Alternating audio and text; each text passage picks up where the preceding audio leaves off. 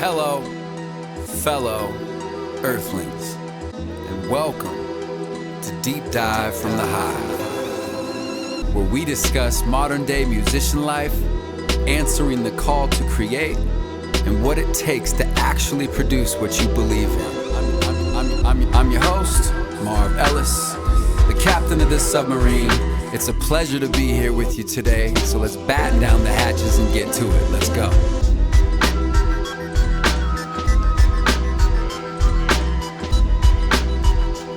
Yeah. Soak that beat up. Soak it in. That beat's wet. It's wet. Soak it up. Soak that beat. Welcome back, y'all.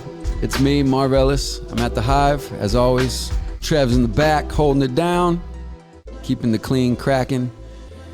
The Kraken. It's a beautiful day. Trevor the Kraken? In Southern Oregon. Yeah, he's Trevor the Kraken. We are, this is the Deep Dive. We are at the Hive with 2 V's. Make sure you hit subscribe, like, everything. Just follow this. Let's keep it going. Let's support the podcast, please. As always, our show is vertically integrated into a live performance. And with that, we bring in the artist that is playing. And we are super stoked and excited to have the one and only Skyler Squglio in the building. Skyler, thank you for coming in. Thank you for having me. All right. So we had you earlier with Free Creatures. We dabbled a little bit into your life. But here we are again because you are bringing your solo project, Skyler Squglio and the Sketchy Kids. Yeah, Skyler and the Sketchy Kids. Skyler and the Sketchy Kids. Is it not Squglio? No, that's not part of the band name. No. Okay, sorry. So Skyler and the Sketchy Kids. I was thinking about calling it Skyler Tyler. Skyler Tyler and the Sketchy Kids. You get confused as Tyler a lot. I do. Your name is just confusing all your whole Well, life. I was thinking about maybe changing my name to Tyler just because it's 90% of people.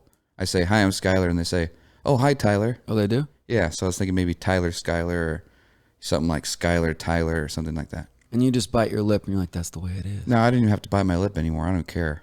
You don't care? No. Okay. Now that you're at the point of not caring, how does that feel? That's pretty good. Yeah. Yeah, it helps smoothly, drift around certain situations. Wouldn't it be nice to not care all the time? Well, I think you have to care a lot sometimes. Sometimes it's easier to not care at all, like about my name, for instance. Yeah. Yeah, but there's a lot of other things I care a lot about. Yeah. So you whipped your car all the way back here from visiting your mama. What's up, Mom? Shout out to your mom right there. Laura Squglio. Hey, Laura. Love you. Happy Mother's Day. And you got to visit family in Reedsport? I got love for the mothers. How was your journey to Reedsport?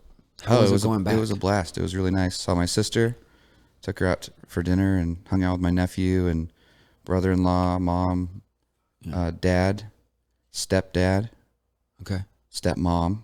No aunts or uncles this time. Cousin Jim, though, harmonica player. His name backwards is Midge. I suppose it is. It's his Klingon name. Midge. How many people in your family are musicians? Which side? Any side in your entire family. Both sides? Sure. Okay.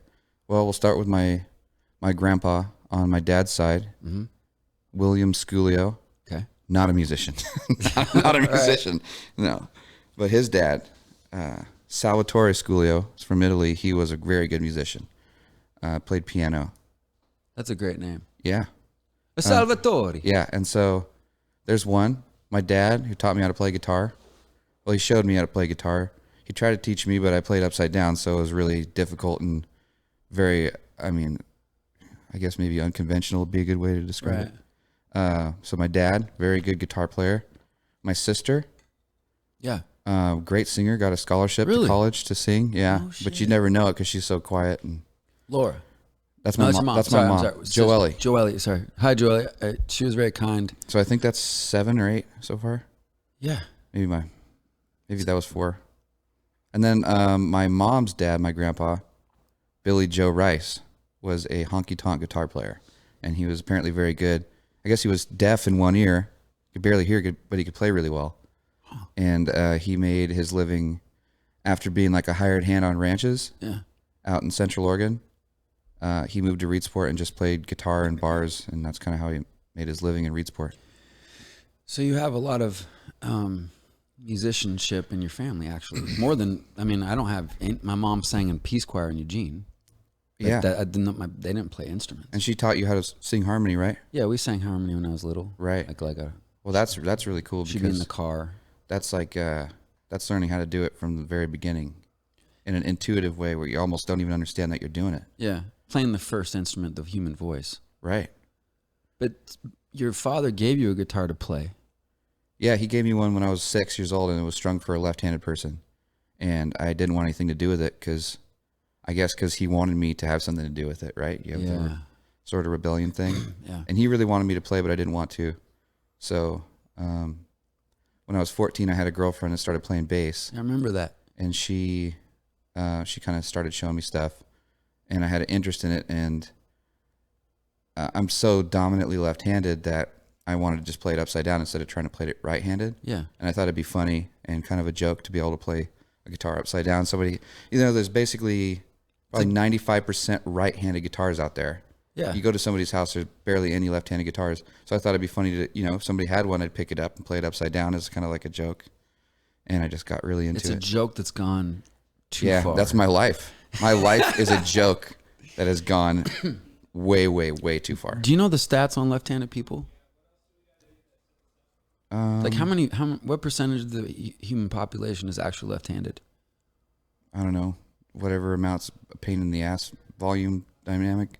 What are some things that us right-handed people don't even know or take for granted every day? I remember one time in the car we were on tour and I asked you, you said scissors. Yeah, scissors and smoking cigarettes is really a pain in the ass. Why? Because you have to do it left-handed. Let me calculate that for a second. Let me just calculate that for a second. Because I just let that one slip down into the subconscious. Okay, left-handed. Let that digest down in there. See, I understand the scissors thing. Right. But you also mentioned some other things, like when you're holding a guitar and just simple strumming, people, right-handed guitar players, strum with their thumb on the bass chord. Oh, yeah, yeah. Right? Or pick. Or pick, Finger picking. Classical players, it's very, it's dialed in. It's exactly how it's supposed to be, with the thumb basically plucking the bass strings, the lower string, and then all the other ones picking the higher strings. But I mean, it doesn't matter if you're left-handed or right-handed. I play upside down. A left-handed person could play a left-handed guitar just like a right-handed person could play a right-handed guitar. Yeah. I'm a left-handed person playing a right-handed guitar upside down. Therefore, if I was going to pick with this finger, it would be for the high strings instead of the low ones. I pluck the bass strings like this. Can you show me? You want to see it? Absolutely. Okay. Well, give me just 1 second. I'll pick the guitar up here. That's why I was hoping. All right, just give me 1 second. Yeah, just 1 second. So, Skyler, if you haven't seen him playing with Frankie Hernandez or the Free Creatures or many other bands locally, he's sort of a shred god. But it's not just that. He plays everything. Light, dainty, heavy, deep, all the ways. So, let's get your thing on. How are we looking over there, Trevor, on that volume?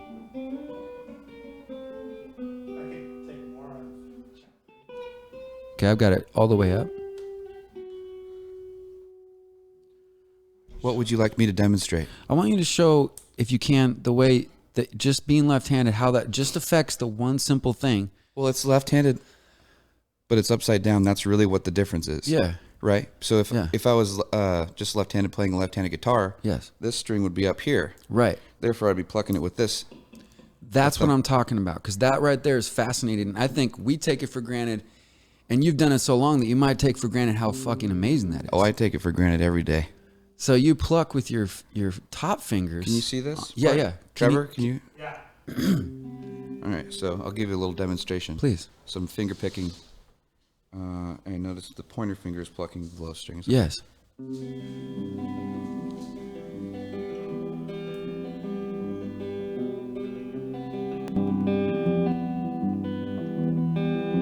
That's good.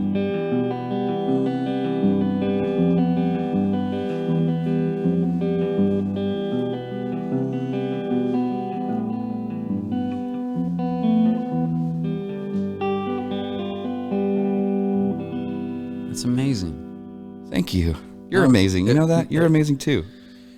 Because you rap upside down too, don't you? Sometimes. I rap left tongue. Left tongue did. Yeah, I'm left-tongued. And that helps out with the ladies, I heard. That's what they say. And so another thing, when I strum down, Yes. it's like somebody else would be strumming up. Yes. So every time, and the it's much easier to strum down, right? Instead it's like, so this sounds different because I'm strumming down, which is like somebody else strumming up. So I'd have to try to get that sound that somebody else would be like this, which I don't do because I don't want to look stupid, because I look stupid. That and does I would look rather stupid. look. You want to look cool. I would rather look cool and sound different than look stupid and sound the same. The just the idea of taking an instrument, flipping it, playing it completely backwards. I mean, it just blows the mind. How many people come up to you when you're playing on stage and just stare at your hands and try and figure out what the fuck you're playing? There's, I'd say like probably 60-70% of the audience on any given night will come do that. I'm just kidding. Maybe not that much, but Do you know what I mean? 6 or 7 people. It's pretty interesting. And they look at me like I'm the idiot. Really? Yeah. And I'm like, No. why are you looking at me like I'm the idiot and you can't understand what I'm doing? How long have you been playing upside down, or just playing the guitar in general? Well, since I was 14, so 37 years now, I think. 37 years. Oh wait, my math's off. I'm 33. That doesn't even That calculate. doesn't make sense. 19 years. 19 years. Should I put this down or should I put Well, how often do you play every day? Like when you wake up in the morning, what are some of the routines you go through in the guitar? Okay, well, so I just recently quit my job at Pickle Planet. Okay. I had to get a job because of COVID, right? Yeah. All the gigs dried up. Mm-hmm. So And you're a session. You play with multiple bands, so you made a living doing that. yeah, but when the gigs dried up, I had to get a day job. So Right. I started working and kind of took a lot of time off. My usual routine would be to wake up and practice scales for a couple hours a day, and then kind of take a metronome. I always practice to a metronome because that's Okay. like the common denominator. Yeah. Is there a certain tempo? Usually 120 beats per minute is about as fast as I can do the scales. Yeah, right. You have the metronome. Yeah. So I would run through the major scale. That's a double octave major scale, and then I go back. Can you give me a click?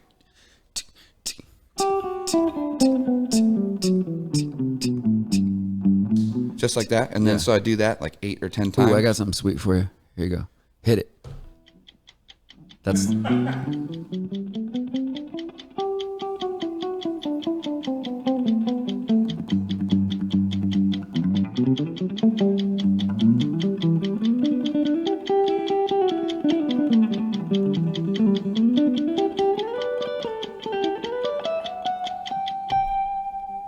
okay. So there's modes, which is in each note of the major scale, there is a scale that is within that relates to that note. So then I go to the next one and I go, and I do that 10 times, and so I do stuff like that. Practice to a metronome. The metronome to me is the common denominator, and I am the facilitator of that idea. So you're sort of like a musician. Yeah, it's math, but a lot of it's like to me it's a combination of it's like concentration. It's all like martial arts in a way. Okay. It takes so much focus. It's uniting mind and body. So when you play, you're trying to be like fucking Bruce Lee, basically. Yeah, I guess so. But He's this like is a your- real master. But you know what I mean? Like you strive for that, right?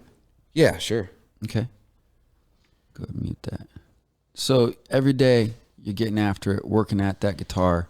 Yeah, recently I just quit my job there in Ashland, so now I'm back. Kind of, my main goal is to exercise every day for a couple hours, play basketball, go on you're a hikes, baller. strengthen my core. Yeah. That's important for anything. You know, gotta get that core strength. Every musician I met told me you're the man on the court. Everyone you met? Yeah. Which NBA player best resembles your style of guitar? My style of guitar? Oh Yeah. man, I would have to say Kobe Bryant. You're a Kobe guy? Got that Mamba mentality, baby. Kill. Kill by any means necessary. Donate to charity. Yeah. And don't get in helicopters. And work hard. We've talked about the correlation of music and sports before, right? Oh, yeah, of course. We never talked about the differences. What's different? Well, I think that music is ultimately subjective in a huge way. Sports are much more objective. Like you put the ball in the hoop, you get 2 points. You smack somebody's arm, obviously, it's a foul. If the ball rolls and hits the line, it's out of bounds. With music, you can go out of bounds, and it sometimes makes it better. And nobody can say where the out of bounds line is. And it's essentially, harmony is mathematical. Like there's an equation and a ratio that spells out harmony. And those are actually never, like with a guitar, you're never actually hitting those exactly perfectly. So it's an imperfect science. I'm with it. So it's a science to you, as well as art. Well, it's the science of expression. You've been studying it for a while. Yeah. You got a scholarship for music with your band, the Cobras. Yeah, the Cobras from Reedsport. Tell me about that. We had this thing. So I grew up in Reedsport, which is a small Oregon coast town. And the local college, the community college there, called SWAC. And there's Math and Skills Day where all the schools come to compete, all the high schools. And one year they had a battle of the bands. And we tried out and we won. And I had tried out for the scholarship where they pay all your tuition. And the head of the music program was there, watched it and liked it. And so I got all my tuition paid for there. That must have been a good boost for your musical confidence. It was. I mean, it kind of like showed me that I actually didn't know what I was doing, even though technically I had no idea what I was doing. I didn't know what a time signature was. I didn't know what a major scale was. I didn't know how to build harmony. I didn't know how chord progressions function within a major scale. Who do you look to at the coast for guidance on the guitar in a community like that? Well, my dad. But my dad doesn't understand that stuff technically either. He just knows how to play. Yeah. And that's how I knew how to play. I had a really good intuitive understanding. I could learn really quickly. It's like B.B. King style. You don't know no chords. Yeah, I guess so. I don't really know much about B.B. King or how he plays exactly, but or his technical understanding, but his skill level and his expression is what sets him apart. He can express better than anybody. Growing up for me in Eugene, wanting to be a rapper, there wasn't anybody to coach me. So I looked beyond to the people that were out there doing it. Who did you look to? Outside of the Reedsport? Yeah, I mean, if you don't have teachers locally, you got to look to the legends. Who did you look to? Yeah. I mean, like I said, my dad showed me a lot. My dad showed me a lot, and he was able to point me in the right direction of, I think, what you're talking about, which is the masters that you can't sit down with in person, but you can sit down with them by listening to their records, right? And that was Carlos Santana for sure, Jimi Hendrix, Jimmy Page from Led Zeppelin, and we're talking just strictly guitar players, right? Because there's other musicians that inspire me to play guitar that aren't guitarists, like a lot of drummers. Eric Clapton, when he was really young, played in a band called Cream, and they're sort of like pioneers in a way of improvisation. Yeah, and like the drummer for Police, though, for say. Yeah, Stuart Copeland. Yeah, exactly. He is a huge inspiration to me musically, and I like to take, like, I really love the sound of the sitar. Really? Yeah. So I never knew that. So or the bagpipes. I love bagpipes. Yeah, and so I always try to emulate those sounds, or piano. I always try to emulate those sounds, try to get the sound of a sitar or a bagpipe or a flute. You know, I like all that kind of stuff. And I thought it was cool to try to make the sounds of those instruments on the guitar, or a voice, especially a really good singer. Like Aretha Franklin. Aretha Franklin. No, I'm with you. Like Aretha Franklin. No, I'm with you. For instance. Yeah. Really, really good singer, right? Yeah. Amazing. And so I try to sound like that when I play sometimes, try to sound like a voice. My mom told me that was who she would go see in the Geometry Time Machine, Trevor. My mom came and visited, asked about that. That's a side note. I realized that I might be ADHD the other day. Yeah? After my podcast with Uncle Nancy, he goes, I want you to take this test. Oh. And I took it, and I tested positive for ADHD, so I apologize if I bounce. That's all right. But I got lots of bouncers in my life. I'm used to it. Yeah. All my best friends are bouncers. I don't mean to be a game of Plinko. It's all right. That's man. what I'm saying. But I'm still going we're just down. here talking. Yeah, yeah. Just here hanging out. Let's see. Sometimes you come over and you're like, you want to hear a song I've been working on? Mm-hmm. The other day you came over, I think it was a month ago, and you're like, I got this Scottish Stepfather song. Oh, yeah. You do those kinds of songs a lot, huh? No, not at all. That's my first gimmicky, silly joke song I've ever written. Would you? But my dad, on the other hand, Yeah. has written a lot. Really? A lot of them. And so I play that for my sister, and she's like, that's just like Dad. And I was like, uh-oh. Would it be weird to play it for us? Oh, God, really? I don't know. I mean, it would be weird. Okay. It's a weird song. It's pretty funny. It is funny. It's not right. It's not ready yet. Okay, well, if it's not ready, but sometimes you play a song, you're like, you want to hear this song? Yeah. And then you just captivate rooms.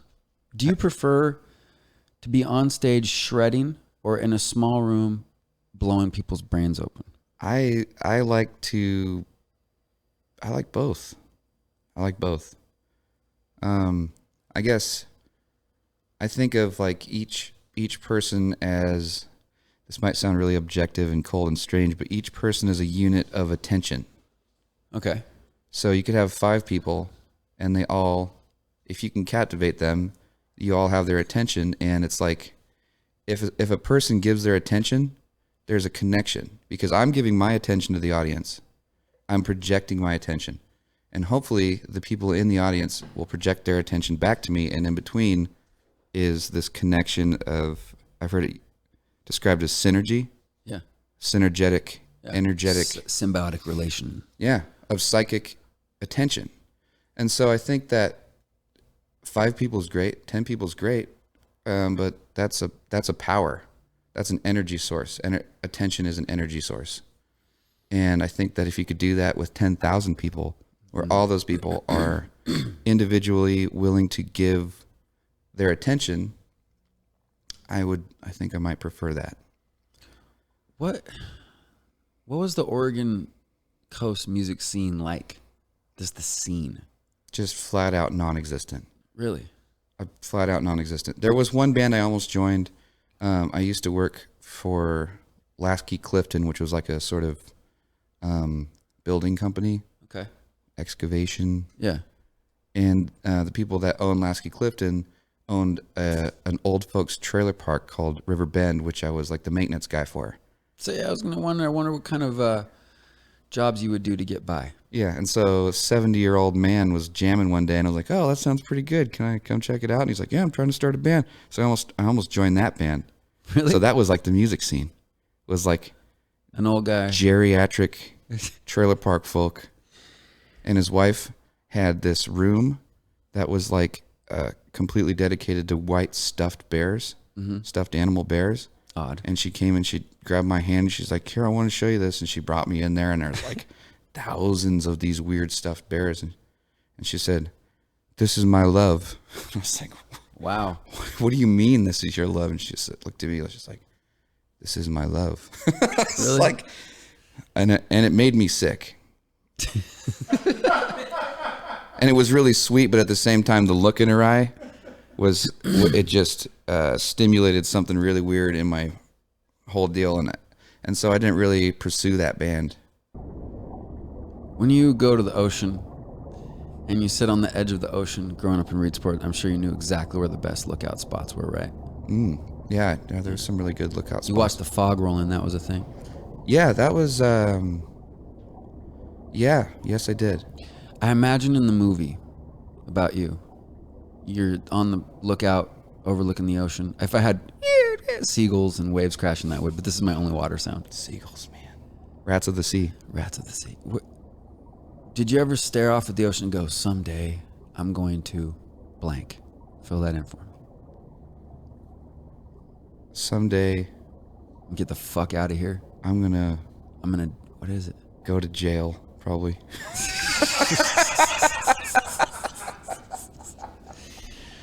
But you know what I mean? What were the dreams? Well, that was definitely a daydream. It wasn't like there's different kinds of dreams, right? What was the big city for you. Oh, the big city where I was going to go make it? Yeah, what was the big city? Oh, man. Well, I always did want to make the Oregon coast, I guess, more culturally diverse and more artsy. Yeah. So that was a big dream for me and still is. But as far as going and making it at a spot, I always thought San Francisco would be good. Or Portland. I always wanted to go to Portland. I wonder what a kid from the coast thinks is the city, the big city. Well, in Eugene, I used to go to try to play in Eugene. Yeah. You see, like, I'm not kidding about how desolate the Reedsport music scene was. Dude, tell me. I mean, like that was the best opportunity I had to play in a band was with that guy, with his wife, with the weird bear room. Has it changed lately? No. Except for my dad had a band called PBA and the Hot Flashes. Tell me about it was like a midlife crisis band, and tell me about your dad and your mom. Tell me about your father. What's your dad like? Because I've met him. My dad is like a Say free. hi to him if you know. Hey, Dad. My dad's like a free-loving hippie with like mountains of Catholic guilt attached to him. Okay. So he's like religious. Oh, very religious, very spiritual, very artistic. Okay. He's from California. Okay. Santa Cruz or? Well, he was born in San Jose. Okay. In 1957. So when he was 12, 13, 14 is when the San Francisco psychedelic. Yeah. 60s, right? Mm-hmm. Okay.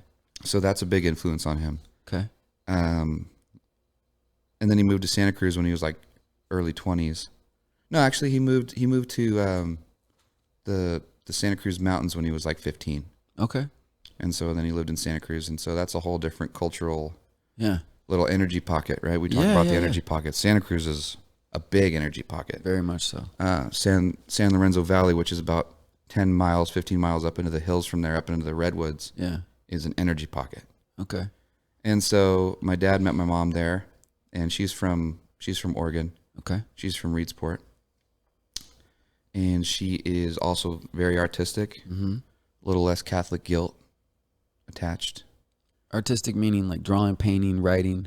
Drawing, painting. Your dad gave us a poetry book that he wrote, right? Last time I met him, he gave me poetry book. A poetry book that he wrote. Yeah, he's got all kinds of stories. You're and the songs son of a poet. Oh yeah, he's really good, and a storyteller. Maybe more than anything, a storyteller, and a very good salesman. Very, very good salesman. Really? Yes. A master salesman. You ever notice that the spawn is usually a little bit of both parents? Mm-hmm. What pieces of your father and mother shine through you? Well, I would say the writing ability of my father. Yeah. The storytelling ability of my father. Okay. The loose, sort of forgiving aspects of my mother. Mm. Yeah. Are they still together? No, they got divorced when I was 13. This seems to be the way. Well, it's typical in America, right? Yeah. I don't know about the world stats, but I think it's like 60% of marriages fail in America. It was 50% when I was in high school. All right, well, it's going up. Look at that number. Yeah, shit, man.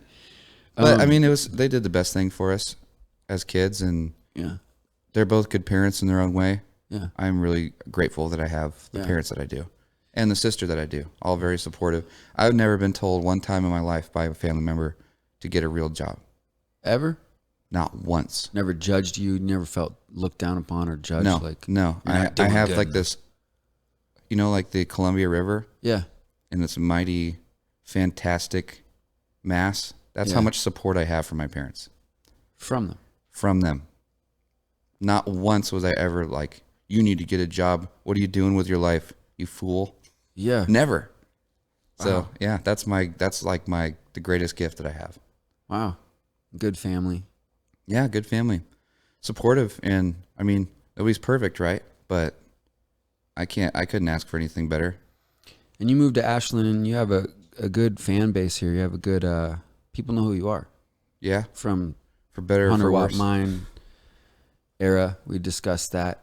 You want to run through that real quick? 100 Watt Mine? Yeah, run people a little bit about. Well, 100 Watt Mine started when I used to sneak into. So I moved to Ashland when I was 20 years old. Okay. And there was this open mic at Alex's, which doesn't no longer exists, but Alex's had this really good open mic ran by a guy named Craig Wright. Okay. Who's a kind of a rock star legend in his own right. Shout out to Craig Wright. Craig. Right? You better be watching, boy. Anyway, so I was sneaking in as a 20-year-old, going to like meet everybody that I could, going to play, going to just see what was up. And there was also another 20-year-old person sneaking in. Her name was Brenna Dean. And, well, she wasn't quite sneaking in like I was. She would go there and play before it was 10 o'clock. That's when the minors had to leave. But I was able to somehow slip around any bartenders or waitresses that might have checked my ID. I never ordered a drink. You seem like a slippery guy. Well, I can be slippery when I want to. I can tell. And I can also be very, very dry and choppy, chop, chop. Okay. So you met her at the open mic Yeah. at Alex's, and that was the beginning? And yeah, so that's kind of where we met, and that's where we started a band together. And you kind of ran that band. How many drummers did you go through over the course of 8 years? I think 9. 9? Yeah. Is that the one? What's it like to run a band and continually replace members? Well, they weren't continually replaced. They were replaced for about the first 2 years. Okay. Yeah, and then we got Rob, and he was the main drummer for 2011 through 2000, whenever we broke up. 18, What's up, Rob? 18, I think, 2019. Love Rob. Yeah. Rob, soul brother. New Year's Eve, 2018. Yeah, New Year's Eve 2018. Well, I guess we broke up, or it wasn't. We didn't break up ever. Mm-hmm. We just stopped playing together. So you ran the gauntlet. You learned the skill, got spiritual with it, treated it like a Jedi weapon. Ran the gauntlet of aprendiendo, learning. You learn the ways of the... I cut my teeth. You cut your teeth, sharpen your steel, your axe. Just chopping teeth, bro. And then you joined the Free Creatures with myself and Emily. Mm-hmm. And but Like then probably 3 months after, yeah, 100 Watt Mind stopped playing together. But had you always wanted to have your own band? No, not Did you not build- necessarily. Okay. Because 100 Watt Mind kind of in a way was my own band. It was, yeah. In a way, Yeah. you know, because I wrote pretty much all the songs. Brenna was also co-writer. She wrote some of the lyrics, but I wrote the majority of the songs. Like 90%? Well, there's different aspects of the songs, but the instrumental stuff, Yeah. 90%. The vocals, I probably wrote 60%. I've talked to you about music a lot, and you seem to like to take pieces and ideas from other bands and infuse them in. What kind of bands and ideas and pieces were you pulling to mix up into your little concoction with 100 Watt Mind? Well, I think it was Jimmy Page who said, it's like greatness borrows, like masters steal. Yeah. So Okay. ever since I heard that, I'm like, yeah, I'm just gonna take all the little pieces I like from. Which is kind of the way of the world, right? Well, yeah, I think so. I mean, all ideas are built on other ideas. Yeah. I don't know who has an actual original idea. I've never really heard of one, Well, I was thinking about that. and I'm okay with it. Something that just gets invented, like the internet. Some of those ideas around the internet are original. Are they? They didn't come from somebody else's idea. No, and because were the built on internet top of didn't it? exist. You don't So think if something there is, wasn't something like, you don't think people came from one little idea and then this person came from a different idea and they all combined together to create the internet? No, I think it was. I really do think that stuff that's like boom suddenly exists, like the internet. There can be some original ideas there. What do you think, Trev? Internet started as intranet in between colleges. It was built on. But I know what you're saying. But you know what I'm saying? Maybe I'm wrong. I agree with you. I agree with you about that. But I was thinking the other day, I was like, "There's no new ideas," and I was like, "Well, some stuff is so boom." No, new. there's new ideas all Yeah. the time, and that's exactly what my point is, that there's a bunch of old ideas, and then people take all those old ideas and create a new idea. So what did you pull from to make 100 Watt Mind during those cut the teeth era? During that era, what bands were you like? I like this vibe. Well, the original music, because there's the songs. Yeah. There's the original songs, and then there's the vibe, which is what you put behind those songs. It's two different things. And you could play a cover song. Like I could play a song one way, somebody else could play the exact same song completely different way, and have a totally different outcome with the vibe and how it interacts. So I guess if you're talking about the songs, our influences, Yeah. Queens of the Stone Age, Okay. Jimi Hendrix. Okay. I think Brenna had a big Janis Joplin influence on her voice. Yeah, so kind of. Yeah. Well, not kind of, right? Like a lot. Like a conda. A conda. A condor. That's like a lot and a kind She's of. like a Janis Joplin condor. Right? John. She was in her, like when you guys were really, how bands have their prime, like year 3, it's just, you guys are unstoppable, right? Yeah, we were Bernadine and the Sympathetic Strings at the beginning. Okay. And that changed in 2011, I think. Mm-hmm. We became 100 Watt Mind, and that's when we started to really get going, when we had Rob as a drummer. Mm-hmm. And I recruited my friend from Reedsport, Nate Herlocker, who had just broken up with his girlfriend, moved back from Eugene. Okay. I saw him, and I was teaching him little guitar licks when we were going to SWAC together. Yeah. We were both like teenagers. And he was picking it up really fast. During that time, were you teaching also guitar? Because I know you've taught guitar. I was when I was in 19. Just like the whole era of cutting your teeth with 100 Watt, were you also teaching then? Yeah, I mean, I was always teaching. You've Anybody always who been wanted to teaching. learn, maybe not professional lessons like I give now, Yeah. but yeah, I've always been teaching. So people could call you and ask you for lessons. Like say there's a left-handed guitar player out there. You'd be down. Yeah, I'd teach anybody anything I had to offer, I like that. especially if they're going to give me some money. You trade in for you like to trade information and discuss philosophies and music and I do. I like Yeah. to get paid for it, but I don't have to. Yeah. I like to have conversations. Yeah. I think that musically having a conversation is almost exactly like improvising in a band. You have to be aware of where that person is that you're communicating with, what their interests are, and you can tell when somebody's eyes glaze over, they're no longer interacting, right? Right. So what's the communication there? What am I talking for if somebody's not actually listening to me? Or, well, why would somebody be talking to me if I'm not listening? But that's 90% of conversations. Most people they don't even know that they're drifting off into some other weird place. And Which leads me to bringing up when I met you, you whipped out your flip phone, and I was like, "What?" You're like, "Yeah, I buried my smartphone." You didn't bury it, but you got rid of it. I smashed it on the streets of Ashland. Tell me about that.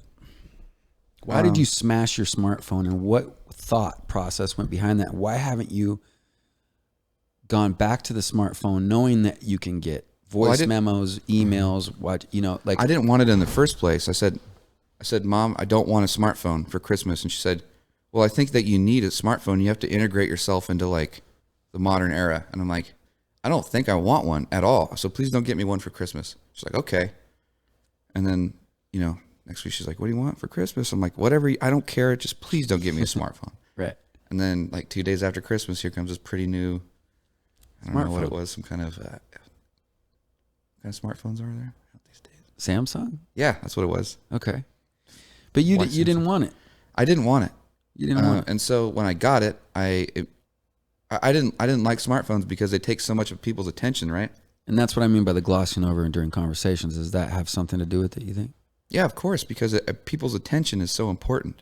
Where is anybody giving their attention at any given second? I think is very important. And so when your attention is constantly on this like box, this little thing, Yeah. you don't have a lot of like room for being present, I don't think. You're a rare breed. Not a lot of people have the guts to put a smartphone away and not use one. So when my mom, and that I didn't have the guts either, and that's exactly what I'm saying. I don't want to insult anybody out there. No, I didn't have I'm the just guts. saying- I didn't have the guts to put it away because when I had it, I couldn't stay off of it. Yeah. I was on it for 8 hours a day. What I was doing, I don't fucking know. feel you, dude. Yeah. And so I was like, I had it for like 6-8 months, and every time I would just be like, I'm gonna smash this thing.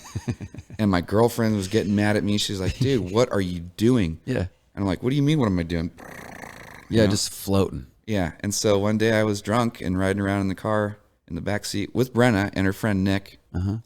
And I'm like, "I'm gonna smash the phone." She's like, "You better not. Your mom is gonna be so mad at you." And I'm like, "Oh yeah, watch this." Roll the window down and just lob it out. And she slams on the brakes and she's like, "You better go get that phone. Your mom's gonna be so mad at you." And she's like, "Nick, go help him get the phone." So I go out and get it, and Nick's like, "All right, you can't, we got to take care of this phone." I'm like, "Nick, look, I'm not going to take care of the phone. I'm going to smash it. But you can smash it with me if you want. And he's like, thought for a second. He's like, all right. So we just started like smashing it in the middle of the road. And it was only because I want my attention to be a little bit more reined in to where I want to deposit it at any given moment, right? Yeah.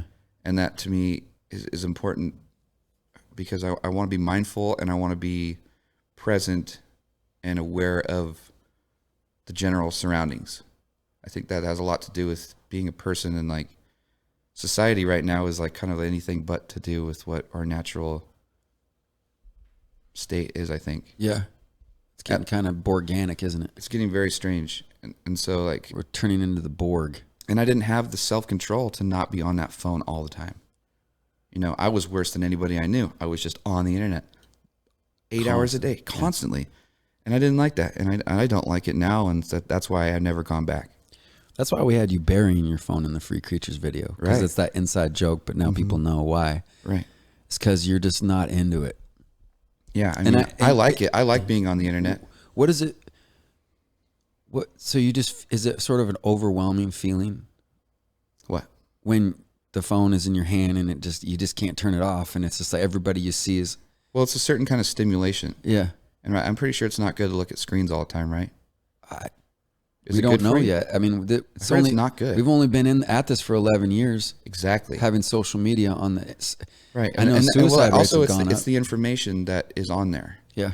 And it's this bombardment of information, constant flow of information right into your brain, right? Right. Which, I mean, when was the last time? Right, Danielle? He's on his phone. He's just on his phone. But it's the bombardment of information from all different sources. Yeah. That we're not used to. That's never happened before. Would it make you depressed? I didn't like it. I couldn't sleep very good. Yeah. Yeah. My mom told me, I was like, man, everybody's doing so good. I'm looking at Instagram. This was a couple years back. She's like, never compare the way you feel inside to other people's outsides. Well, because if you're going to connect with somebody on Instagram or Facebook by their pictures and what they're posting, what % of that is them, right? Yeah. But like you and I talking to each other right now, we can see each other. We can see each other's facial expressions, our body language, and even stuff that we don't probably realize is like, you know, chemical interaction, like even smell, right? Yeah. So that's like a human interaction. What do they say? Like 70% of communication is body language. Are you communicating with that person on the internet with their body? Mm-hmm. No, you're communicating with, not your body. Not your body. With an image of your body. Exactly, and a manipulated one. Right. Although the benefits of smartphones can be quite large. They are, and I don't deny that. I don't deny that. I, as a bandmate of yours, have been like, dude, I just want to send him this fucking audio recording of practice last night so he can get this jam and he can learn it. Well, you can send it to me and I can have it on the email. Right. And I can listen to it on the computer at my house. So you haven't completely gotten rid of technology. You just got rid of... I'm not. I'm still very much involved in technology. I just don't have a laptop in my pocket. I think that's interesting. Do you not find this interesting, Trevor? This man lives without smartphones in this world we live. Yes. That's interesting. And so not having a smartphone, you turn your attention to practicing your instrument. Yeah. Writing good music. Studying music, right? Talking to people. As often as I can. Whenever I bring you anywhere for a show anywhere and nobody's met you, when we talked about this, what it's going to be like, you know, I'm going to introduce some new people. Mm-hmm. All they want to know is who you are. They're going to hear you play and be like, who the fuck are you? And then that happens usually. And then I leave the room and I leave them with you. And I watch from a distance and they always come back. They're like, fuck, I love that Skyler guy, man. Always. That's nice. Because what you're doing by putting the smartphone away is working for you. Well, yeah, it allots me my own attention. Yeah.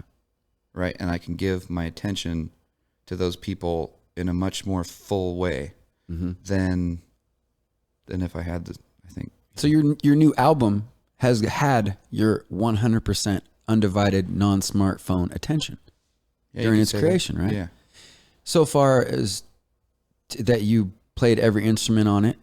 Yeah. Played drums and bass. And you recorded with Nick Kirby? Yeah. Where was this at?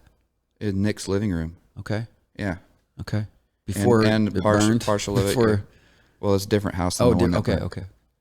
Out in Phoenix, he had a house Okay. he was renting, and he had all the equipment. You know, he had microphones and stuff, and a small mixing board, and he understands Pro Tools really well. And so it's just it was a piece of cake working with him. What was that like to do the sessions and record all the instruments?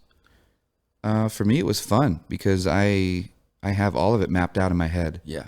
I know where the kick drum's supposed to go, and I know where that bass line is supposed to go in congruence with the kick drum, and I know where the guitar parts are supposed to go and where this guitar part is supposed to flow off of the bass, and where I need to drop out for one vocal line that I want to be really clear. Yeah. So for me to have the absolute creative control of it, Yeah. like real creative control, and also to produce it through the mixing and the mastering process. Yeah. A little bit of reverb here, you know, this kick drum needs to be a little bit louder here. And I think that it worked really well with Nick because we already had a rapport. We played in Frankie Hernandez band together for like 3 years, and we were able to make really good friends. And so much of that is just being able to relate to one another and being willing to. Yeah.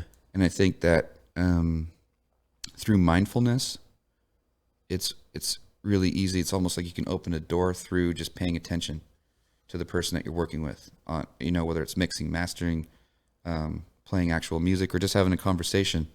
And that's mindfulness, is being mindful of yourself and how you're connecting with other people and how those people are feeling on their own. And it might not have anything to do with you, how they're acting.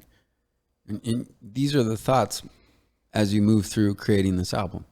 Yeah. Like, how am I affecting Nick? Gotcha. You know, am I grumpy right now? Am I pissing him off? Is he grumpy right now? Do I need to take anything he's saying personally that he's upset about? You know, maybe he's had a bad day.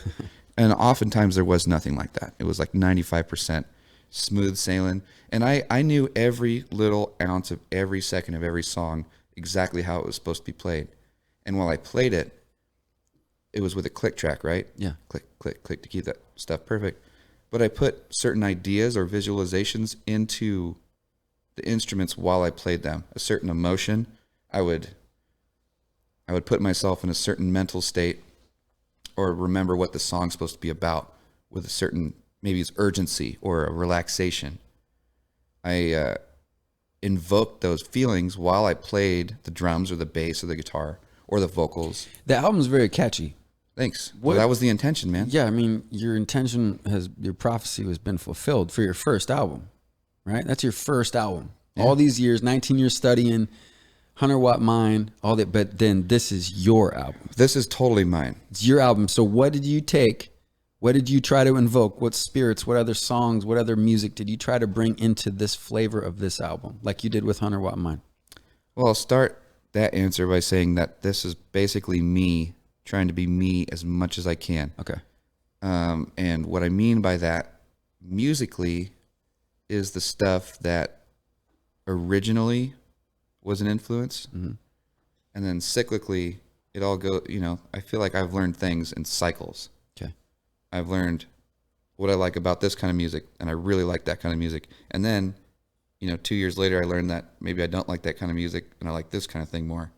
And then a different stuff over here. But then it all comes around. I'm like, oh, I like that same stuff. And so that when I first started, it was the Strokes, the White Stripes, the Yeah Yeah Yeahs, this kind of like garage rock revival of the early 2000s. Yeah. And they were influenced. It was kind of like a throwback in a way. I really liked that because at that time there was like Nickelback and Korn. And I didn't relate with that kind of stuff. I didn't like that kind of stuff. I fucking hated Nickelback. Yeah, well, I think a lot of people didn't really like it. They sucked, man. So the alternative was those bands, and it was like this sort of, like throwback garage rock kind of. Okay. And so their influences, and so you learn things cyclically, right? Yeah. And so I kind of like got into what their influences were, and it was stuff like Joy Division, and The Cure, and The Cramps. And so I would say that this album, also like other 60s stuff, like the Beach Boys, the Seeds, yeah, that kind of stuff. Rock and roll. And the Sketchy Kids, what's interesting is it seems like you built the band to perform what you created. Yes. Okay. You didn't build a band, then create something, then you built the band to play what you made. Well, So it's sort of. It actually didn't start out necessarily like that. My friend John Mangiola, who we were working together, Okay. he came out to one of my shows and he was like, I would love to play music with you. You're like the only person around here that I've actually really seen that I would really like to play with. Yeah. Which to me was really nice. Right.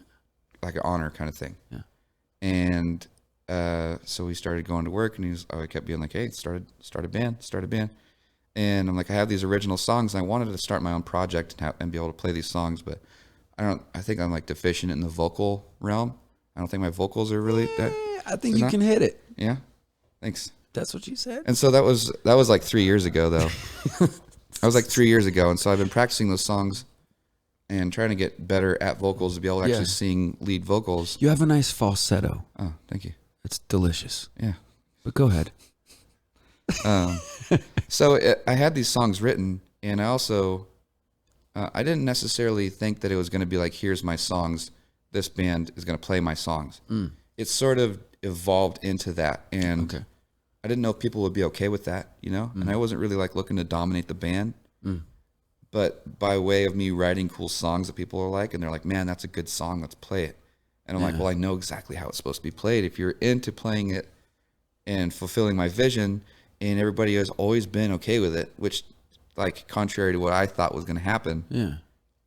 And that's cool with me because I think they're good songs. And these guys in your band, they're kind of your buddies. Yeah, they're really, really Can you pull cool up dudes. Reedsport? Let's throw that up on the screen. So these are your guys, right?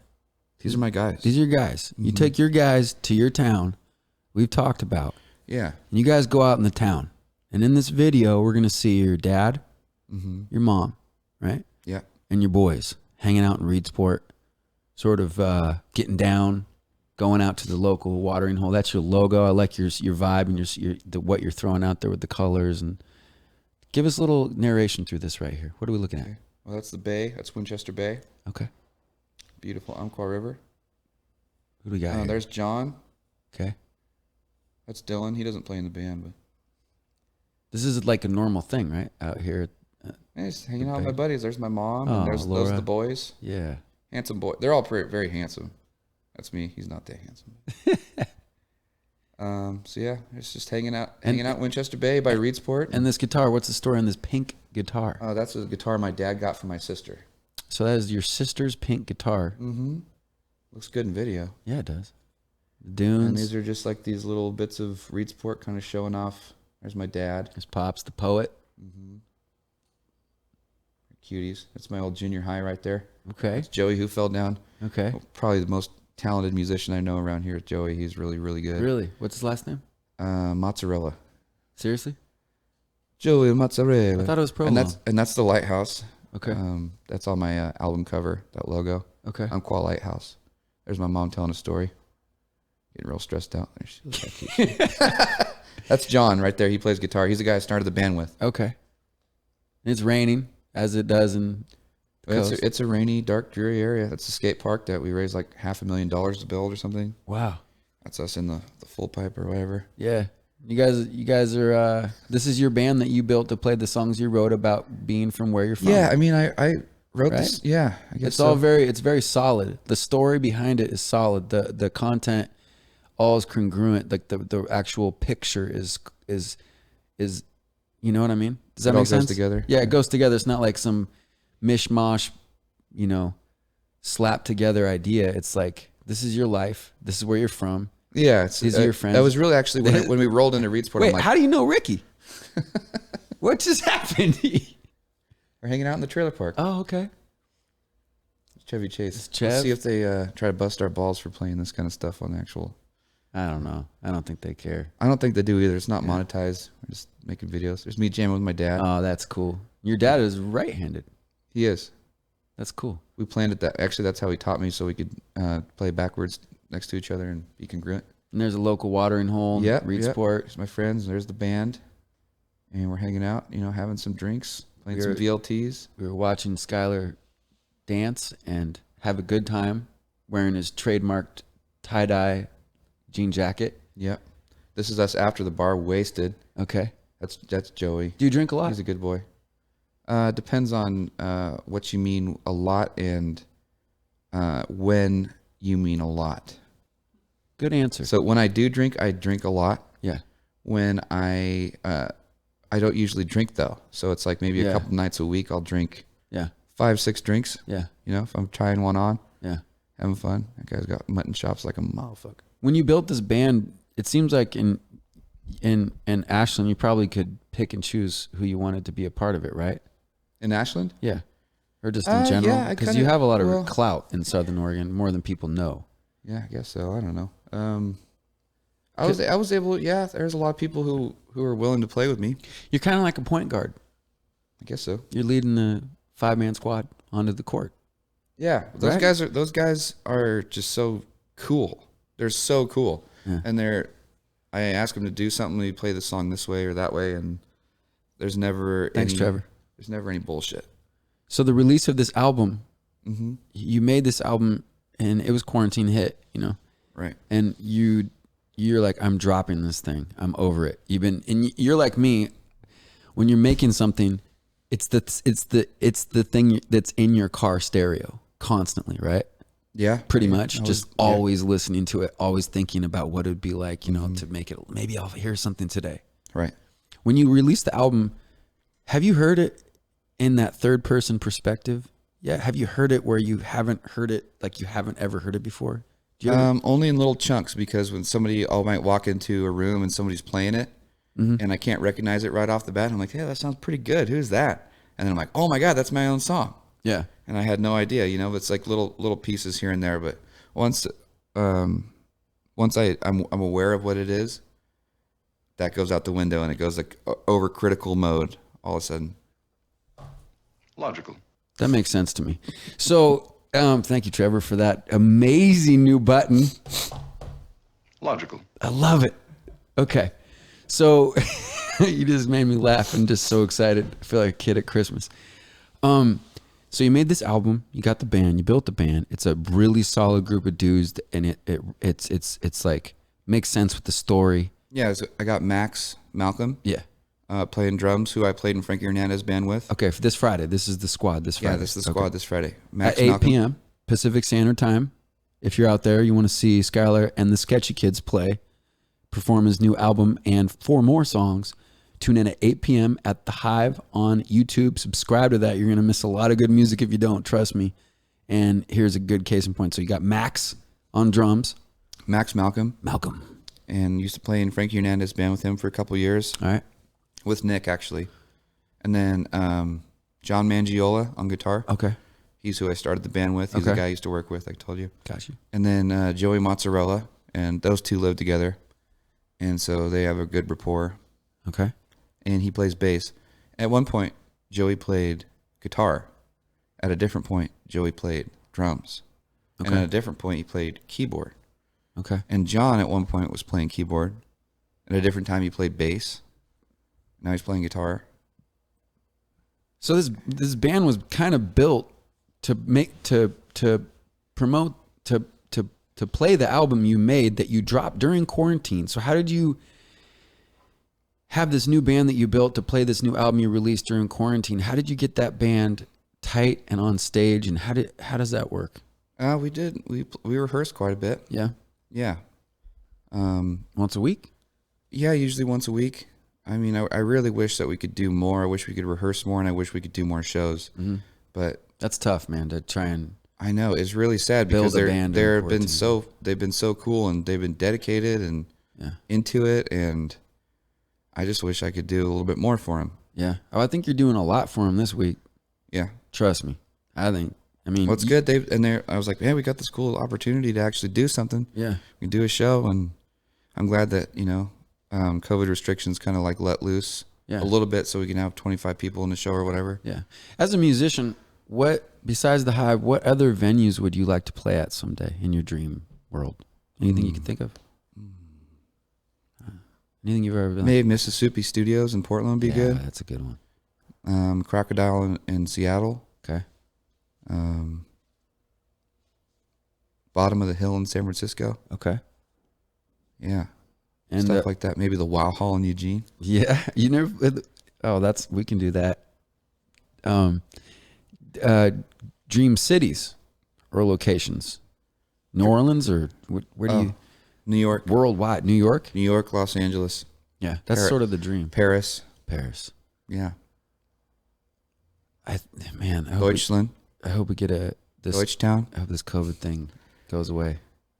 Well, it'll never really go away, but I think the bullshit will end pretty soon. Maybe within a year. How do you keep your focus with all this going on with your own project and being in Free Creatures with our band? How do you? Is it just easy for you to juggle that? It's very easy. It's easy because, because it's all music. I know, but for me, if I had my own project with my own band and I was pumping it and I put out an album, it would be really hard for me to be in another band that was also doing things like the Free Creatures are doing. How do you juggle? We're two different men. Everybody's different. Everybody has different skills.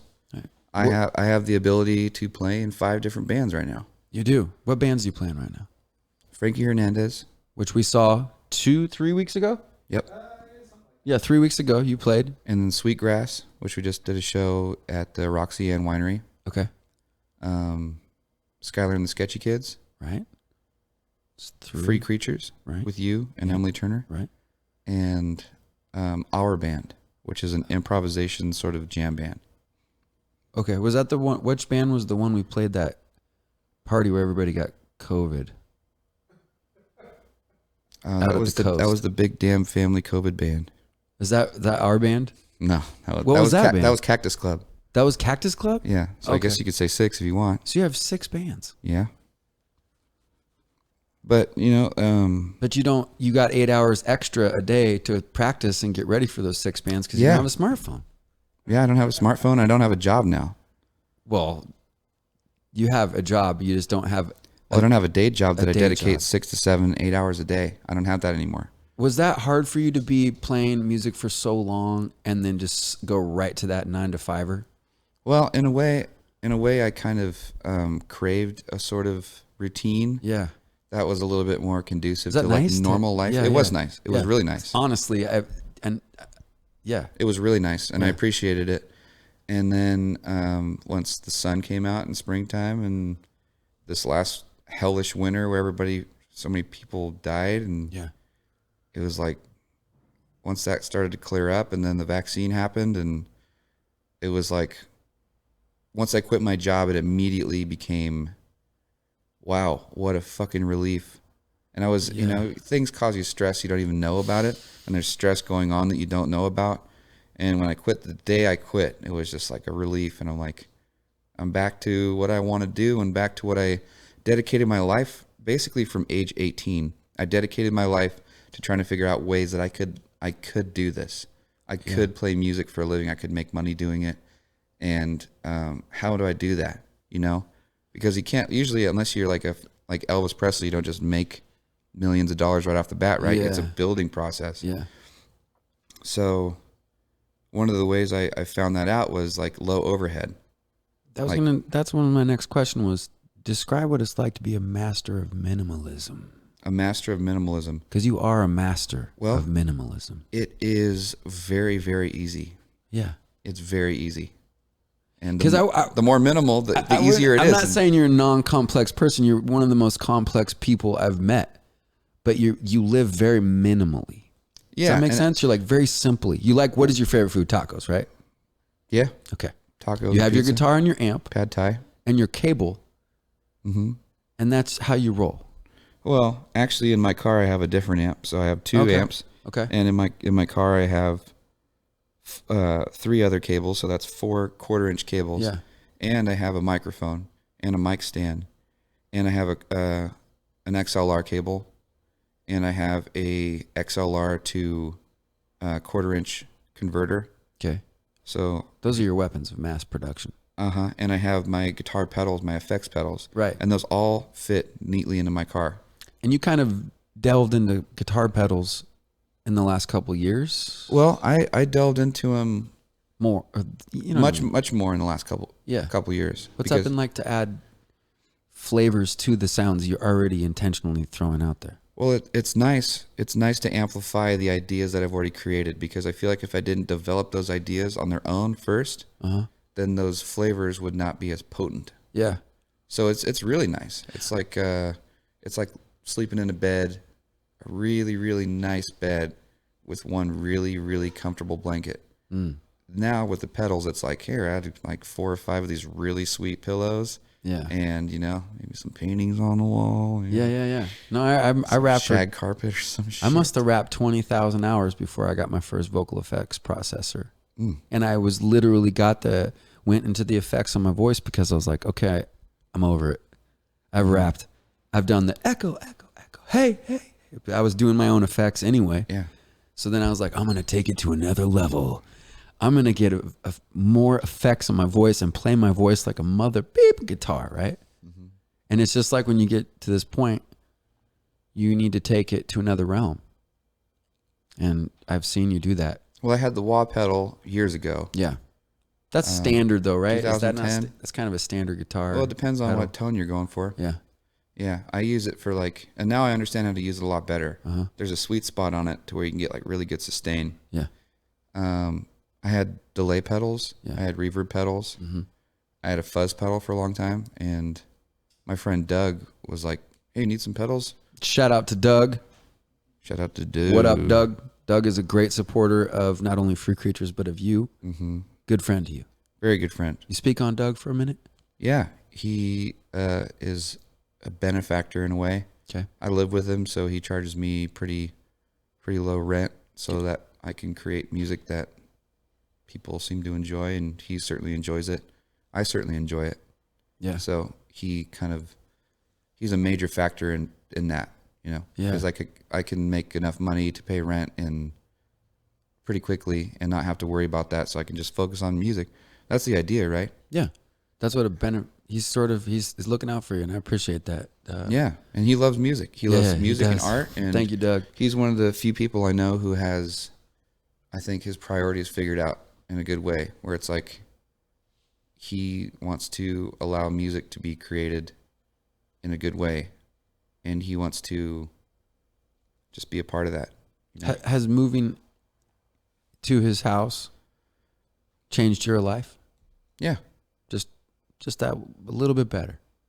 Well, because I know you were living with, a bunch of people yeah, in a smaller house. Well, so it allows me to have my own space to sleep in, and also another room to basically be my practice studio. That's awesome. Yeah, so I have that, and I've never had a space that's basically 99% of the time empty, and I can just go in there and not bother anybody with the yeah, because that can be very annoying after about 30 seconds. I don't know. I could listen to it for a lot when you do it. You'd think that, but I mean, I've give me been 5 minutes and you'd be like, can you go 50 feet away? so Been the whole time I've never had a practice studio, but now I do. So wake up, drink some coffee, yeah, play guitar for a couple hours, hone my craft, and it's a meditation, right? I have to really, really focus on playing the stuff within the metronome, and it's honestly very hard, and it's kind of like emotionally disturbing because it's so much focus. but it's your meditation. It is a meditation. It's a meditation for you. Do you meditate without it? Yeah, When you go to bed at night, I'm meditating right now. okay, I'm meditating right now, practicing mindfulness. I'm meditating on exactly what the present moment is, which is a conversation with you. yeah, That's meditation. That's mindfulness. It's paying attention to what's going on right now, yeah, and try not to think about what happened 6 hours ago or what might happen 6 hours from now, because that stuff is literally, it's an illusion, right? yeah. This is actual, like, the present moment. That is a fact. I don't know why that's the fact button. It just seems like something makes a sound that's fact. That's not the button. But I meditate when I'm driving. Okay. I'm focused on the driving. I'm focused when I do dishes. I'm meditating while I do dishes as much as I can. Yeah. And that's like not all the time. That's like probably not even most of the time or even half the time. But I try to.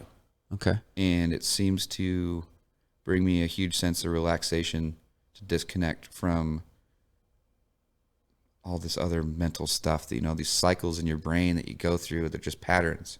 Let's go from meditating on the now to delving into the fantasy world for a second, okay?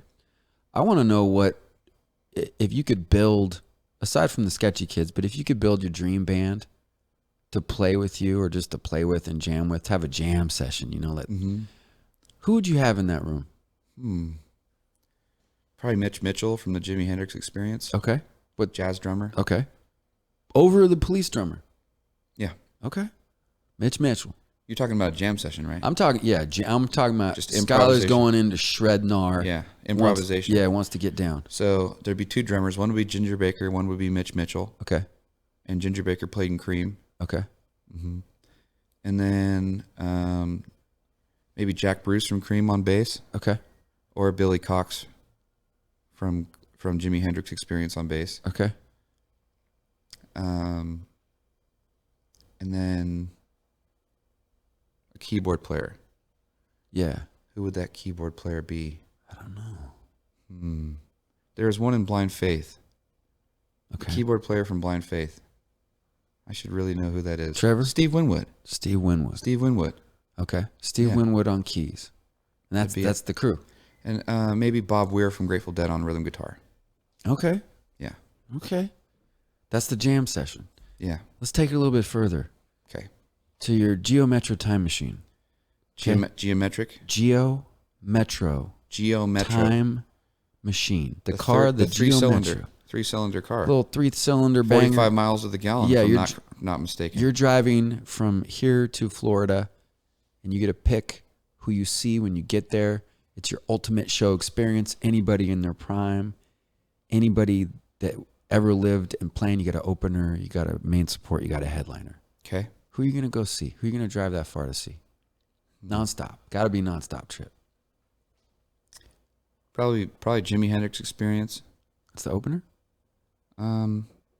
Let's just lay them out, and then we'll Jimi Hendrix slot 'em. Experience, and then the Beatles would definitely be up there. Okay. And Bob Marley. That's a hell of a show. Yeah. Who opens for who? Oh, God. Probably Jimi Hendrix would open. No. God, how do you... I don't know. Jimi Hendrix would have to headline. I think so. Would he? But Bob Marley and What the about the Wailers? Beatles? Like, I mean, but the Beatles? Yeah. I mean, how many hit records are on stage that night? 600-700? Fuck. 600-700 hit records at least, I think. Right? Yeah. That sounds like a fun time. I don't know. I don't think you can order those in that way. I don't think it's even possible. You can't. You just have to roll the die and see who I don't know. draw straws. Who's gonna go? Who's gonna? Just play round robin. Yeah, just Who's gonna play after Jimi Hendrix? I don't know, because he'd burn Nobody. his guitar on the stage Yeah. and smell like fuel. That guy will burn a motherfucker. He should go last. He should go last. This is what I think. But then the Beatles? I He's think gonna go after the Beatles? I think if you really laid it out, you wanted to make it a great experience for people watching, I would go Bob Marley acoustic off the top to open. But I don't want Bob Marley acoustic. But maybe if it's my choice of Yeah. the best bands ever, it's not acoustic. Okay. I mean, but like you could put it that way. I guess I would say if that was a dimension, Because the other guys couldn't really go acoustic, but Bob could, and he could hold it down and the be Beatles led. could. The Beatles could. Yeah. Yeah, Beatles they could. They could do anything. Yeah. The Beatles could do anything. Is that your favorite band of all time? I don't know. I mean, probably, but I think Bob Marley's my favorite. Really? Yeah. Okay. A lot of people don't know that. Bob Marley's my favorite of all time Why? because his music was the best. Yeah. Is you like the melody, the I like the melody. I like the rhythm. I like the harmony. I like the songwriting. I like the most is the vibration, the spiritual, intangible. Okay, so why would you and I say the same sentence on stage?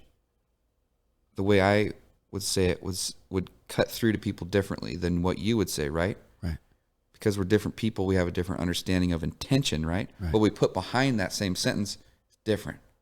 You could say tone would probably be a factor Oh there. yeah. Bob Marley had that, I think, dialed in better than anybody. The understanding of intention, what he put behind what he did. That's why Bob Marley's my favorite. But I mean, his music was just, I think, better than anybody else anyway. It was pretty good. Really good. It's really. I mean, good. what It's the bar. do you? Yeah, it is the bar. It's What the bar. music? What music makes you feel more relaxed or want to smoke weed more than Bob Marley? Cypress Hill. Just I joking. don't- Remember we were watching Be Real? Yeah, I remember. We've had some really good experiences, man. And We have. we've had I'm really excited to see what you do on Friday, 8 p.m. Tune in. Skyler and the Sketchy Kids going to rock the house. You're going to, I mean, I think what we've talked about will really kind of gives people a really good idea of what to expect, but they still don't know, which is awesome. Well, I feel like the things that interest me and those stuff we've been talking about, for the most part, you know, like that intention stuff, I guess it has a lot to do with Skyler and the Sketchy Kids in a way. Yeah. But to me, I think that I'm a songwriter, and that's a very much like a science, a mathematical equation, and also that I'm a guitar player, and they sometimes don't cross over. Like in the album, it's about the songs. It's that 6-song CD I made called Patterns. Yeah. That's about the songs. Yes. It's a lot less about the guitar playing, and the guitar playing is, for me, the expression of intention. I can really put my imagination qualities into the guitar because that's the language that I speak most fluently. Right. By practicing the scales, practicing 4 or 5 hours. It's like a day. your second language. Yeah, or maybe probably more my first language. Almost. I feel like I can connect with people better by playing guitar than I can talking to them sometimes. You feel more comfortable. Yeah, I just think that my vibes are more potent as projected through the guitar. So honestly, Skyler and the Sketchy Kids is my way to try to combine those two. Yeah. My songwriting, that I'm trying to write songs that people can sing the chorus after the first time they hear it. The hook, Yeah. for me, should be able to be sung after the first time hearing it. Yeah, and I will verify. Trev, can we throw up his website on the screen, please, sir? But I will verify. I got sneak peeks at his album, and I literally would sing his songs for weeks. Thank you. You know how to make something catch. Thank you. And I know things about things. When I listen to things, I can say, hey. So, for those of you at home who cannot see, what is the name of your website? It's SkylerandtheSketchyKids.com. Is that what it is, Trip? Yeah, what is the name of that? Yeah, it's a Wix site. So Okay. Is that bad? It's not good, is it? they can just search Skyler and the Sketchy. Yeah, just search Skyler and the Sketchy Kids Skyler with an ER. with the ER. And this is the site. And if you want to listen to his music, you can see his Apple Music and his Spotify links are there. He's on Spotify. He's on Apple Music. He has t-shirts. I want one. He definitely makes great, catchy music. We are going to leave them now, unless there is anything else you'd like to discuss. Like, I wanted to know what kind of basketball shoes you have, what kind of Kyrie Irving 6. What are you, a fantasy? Are you a fiction or a nonfiction book reader? Fantasy, fiction, or nonfiction? Or which one? Which fiction or nonfiction? Probably nonfiction. Okay, and your favorite? Wait. Fiction. Fiction. You're a fiction guy. Yeah, I like that. And then your the foods you like. What kind of food goes in that body? Well, it depends. A lot of times I'll eat really healthy, and then sometimes I'll just binge on pizza. So you're American. Yeah. Awesome. And then what kind of movies do you? What's some of your favorite movies ever? Ooh. Favorite movies ever. Yeah. Stand By Me. Stand By Me. Yeah. And what else? Silence of the Lambs. Okay. So you have a dark but a nostalgic side to you. Oh, yeah. Okay. If you can combine the two. Yeah, you're a dark. What and a sweet emotion. Yeah. Yeah, but I personally, I think when somebody gets to know you, they really see the light that you are. And I do. And you are that lighthouse on your cover. Oh. And I appreciate you, man. And I'm Thank very thankful that not only that you're in my band and I get to do these crazy things with you, but it's cool to see you shine, man. And you deserve it. You've been playing everybody else's music for a long time. And you've been studying your art every day and working harder than anybody else on your guitar playing. And Thank you. You've written a really awesome piece of music, collection of music, and it's cool that you built a band during quarantine, and now you get to play it for the people to see, and you earn that spotlight, in my opinion. And we are happy to have you here today, and thank you very much for coming in. Thank you for having me. And Trevor, I think we want to throw these people the elevator song, which is Bright Side, which this song was stuck in my head for fucking weeks, man. And it's just a great example of what kind of music that you can make happen when you put your full intention and your thought, and you made you on a record, and you made this record, and it's Thanks, great. man. That was the goal. That was 100% the goal, is to put me on the record. You did good, son. You did real good. Thank you. So thank you for coming in, and you did great today. Thank you. Thanks for letting people know. Hello, the whole Squglio family, everybody, and share this. Subscribe to the Hive, 2Vs. Subscribe, watch the shows this Friday, 8 p.m. If you're just watching this after he already played, you can still go back to the Hive channel, subscribe, and watch all this amazing music. Probably some of the best live streaming I've ever seen anywhere in the world is happening right here in Southern Oregon. So don't sleep on this anymore. Stop sleeping. Subscribe. Share these shows. Skyler's going to light it up on Friday. Thanks for coming in, sir. Thank you. And I'll give you the fist bump. And keep it. Yeah. Organic. Yeah, keep it that way. Trevor, you gonna take us home with the bright side? Let's go. Okay. 3, 2, 1, go. Here we go. Everybody's got a bright side, and everybody's got some darkness too. And if there's angels watching over, then there's demons who are watching too. And if you follow what you're after, well then your path is gonna follow through, and it can lead you to disaster. Some laughter and a life all new.